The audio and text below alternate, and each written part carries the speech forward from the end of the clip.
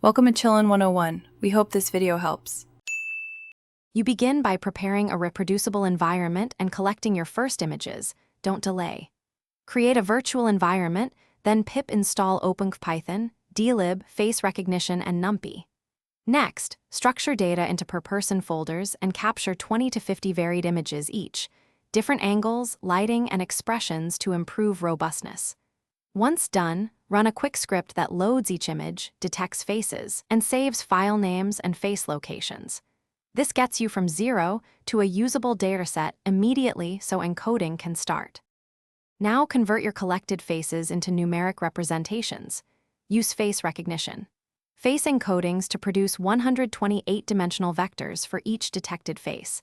This captures facial geometry and appearance. Once you have vectors and labels, persist them with Pickle or Dlib so loading is instant during inference. Train a lightweight classifier such as SVM or KNN on those encodings, and validate with held-out images. Make sure to tune the distance threshold for recognition versus unknown. This balance controls false accepts and rejects during finish by integrating the recognition loop into your app. Capture frames, resize for speed, detect faces, compute encodings, then classify and render labels.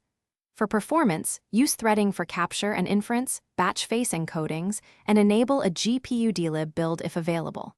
When deploying, log distances and prediction confidences to refine thresholds. If recognition fails often, check a single troubleshooting step first. Expand image diversity per person and retune the distance threshold. That usually fixes most accuracy problems. Thanks for watching.